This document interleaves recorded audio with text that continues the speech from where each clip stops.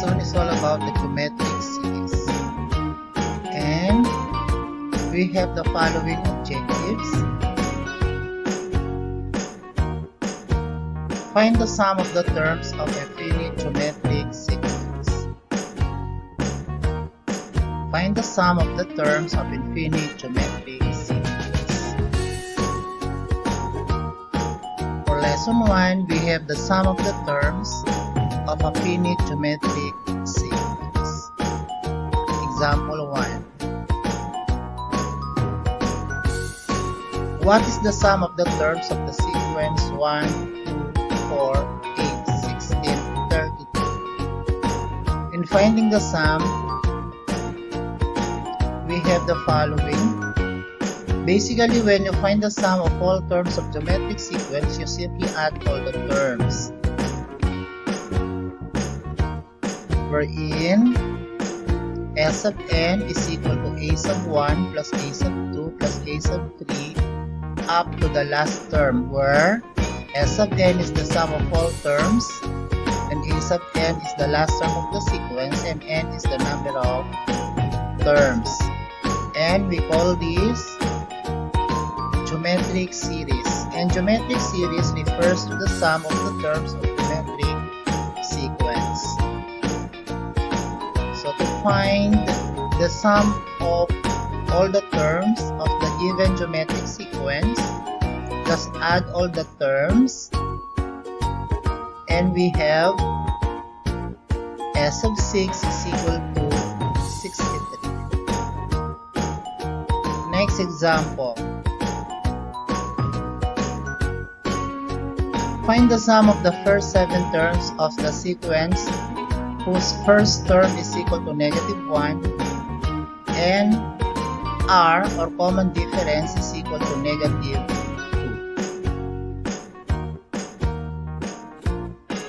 If the terms of the sequence are not written, you simply use the formula of a finite sequence. S sub n is equal to a sub 1 times the quantity of 1 minus r raised to n all over 1 minus r, where S sub n is the sum of all terms, a sub 1 is the first term of the sequence, n is the number of terms, and r is the common ratio. So, on our example, the first term is -1, and we are asked to find the sum of the 7 terms whose common ratio is equal to -2.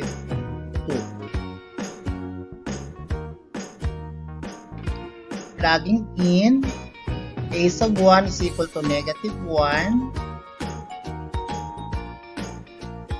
r is equal to -2, and n is equal to 7. Simplify, we have -1 times 1 minus the quantity of -128 all over, so 1 minus -2 is equal to 1 plus 2. Simplify further, so we have negative times -128 is positive 128 plus 1. We have 129 times -1. So multiply -1 with 129. We have -129. And simply copy the denominator, which is equal to 3. Then -129 divided by 3 gives us -43.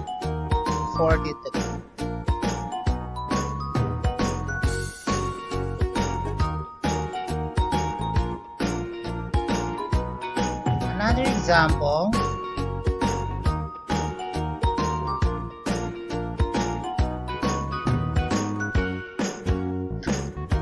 Find the sum of the geometric series 3 plus 1 plus 1/3 up to the 6th term. So So this time, the given values are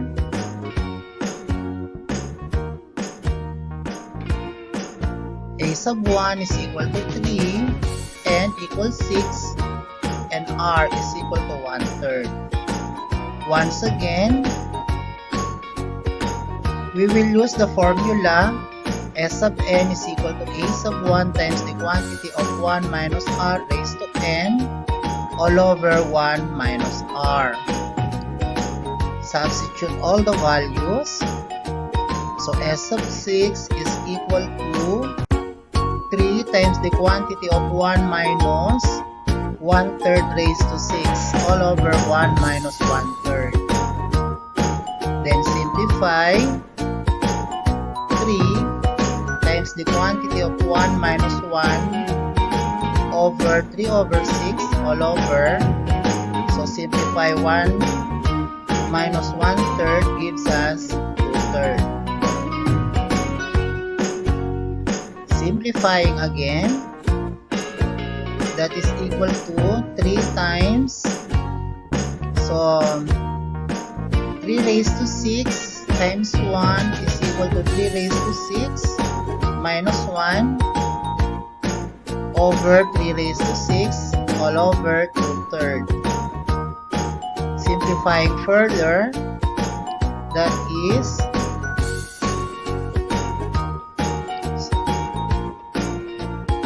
3 raised to 6 minus 1 all over 3 raised to 5. Why? Because we already cancelled 3 from, so we have already cancelled this one. Then subtract 1 from 6 gives us 5. So therefore, it will become 3 raised to 5.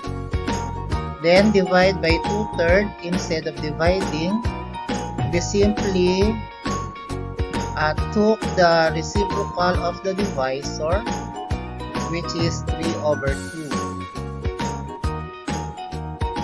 Simplifying, we have 3 raised to 6 is 729 minus 1. Then we have already subtracted 1 from 5, so it became 3 raised to 4 since 3 raised to 5 is 1 over 3 raised to 4. So that's it. Multiplied by 1/2. Then simplify. That is 729 minus 1 is 728 over 3 raised to 4 times 1/2. Simplify again. 728 divided by 2 gives us 364, and 3 raised to 4 is equal to 81. So the sum of the geometric series is equal to 364 over 81.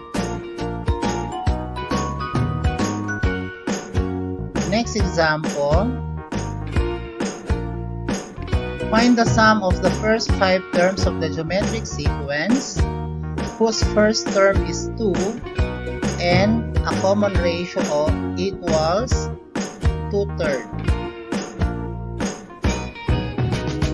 By substituting, we have a sub 1 is 2 times the quantity of 1 minus common ratio is 2/3 raised to 5 all over 1 minus 2/3.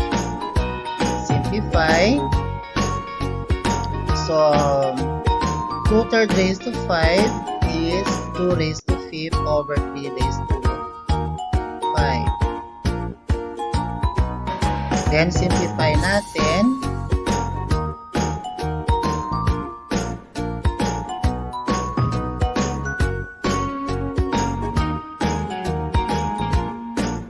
So S sub 5 is equal to, we simplify simplify this one, this will become 2 raised to 5 minus 2 raised to 5 over 3 raised to 5. Then we simply copy 2 again and the denominator.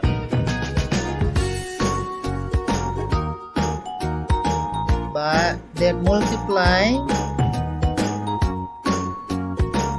with the reciprocal. Instead of dividing, take the reciprocal of the divisor, which is equal to 3. Then simplify natin yan. That is 3 raised to 5 is 243 minus 32. Since 2 raised to 5 is equal to 32. So 3 raised to 5 will become 3 raised to 4, but 3 raised to 4 is equal to 81. Kaya nawala na yung 3 dito.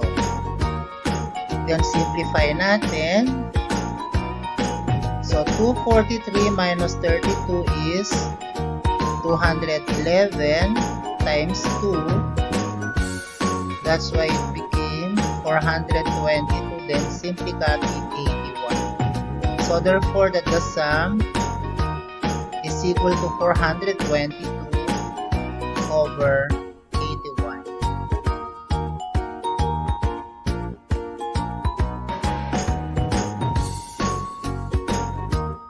So this time, let us discuss the sum of the terms of infinite geometric sequence. Say we have the following. Find the sum of infinity of the sequence 1, 1/4, 1 over 16, 1 over 64. Okay, as you can see, there are 3 dots at the end of the series. These 3 dots is called ellipses, which indicates that the sequence is infinite. And this is called an infinite geometric series. And to find the sum, the infinity of geometric series, we have the following formula. The sum to infinity or sum of infinity is equal to a sub 1 all over 1 minus r. In our example, the first term is equal to 1 and the common ratio is 1/4. So let us substitute the value. The sum of infinity is equal to 1 all over 1 minus 1/4. Then simplify. 1 minus 1/4 is equal to 3/4. And take 1 on the numerator. Then divide. 1 divided by 3/4. We simply get 4 over 3 since in dividing fraction, we simply take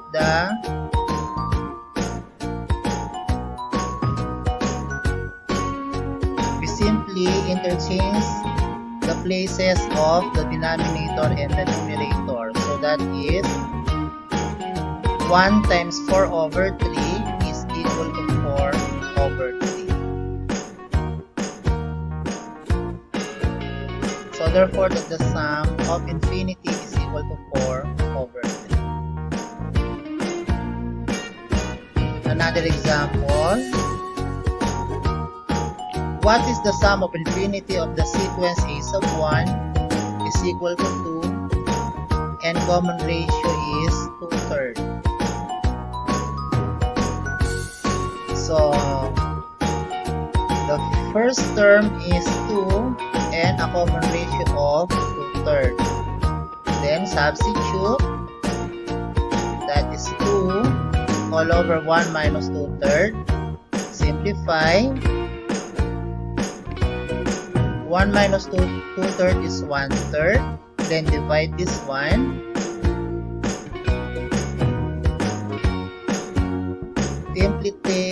simply take the inverse of 1/3.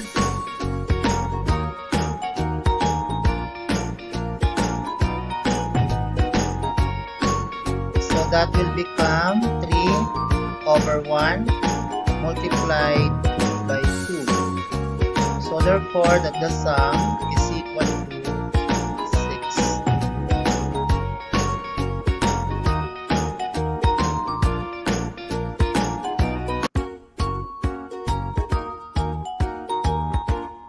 Another example. Calculate the sum of infinity of the series 3/4 plus 3/2 plus 3. So the first term is 3/4. Common ratio is equal to 2. Substitute. So that is 3/4 divided by 1 minus 2. Simplify. So 3/4 divided by -1, then the sum is equal to -3/4.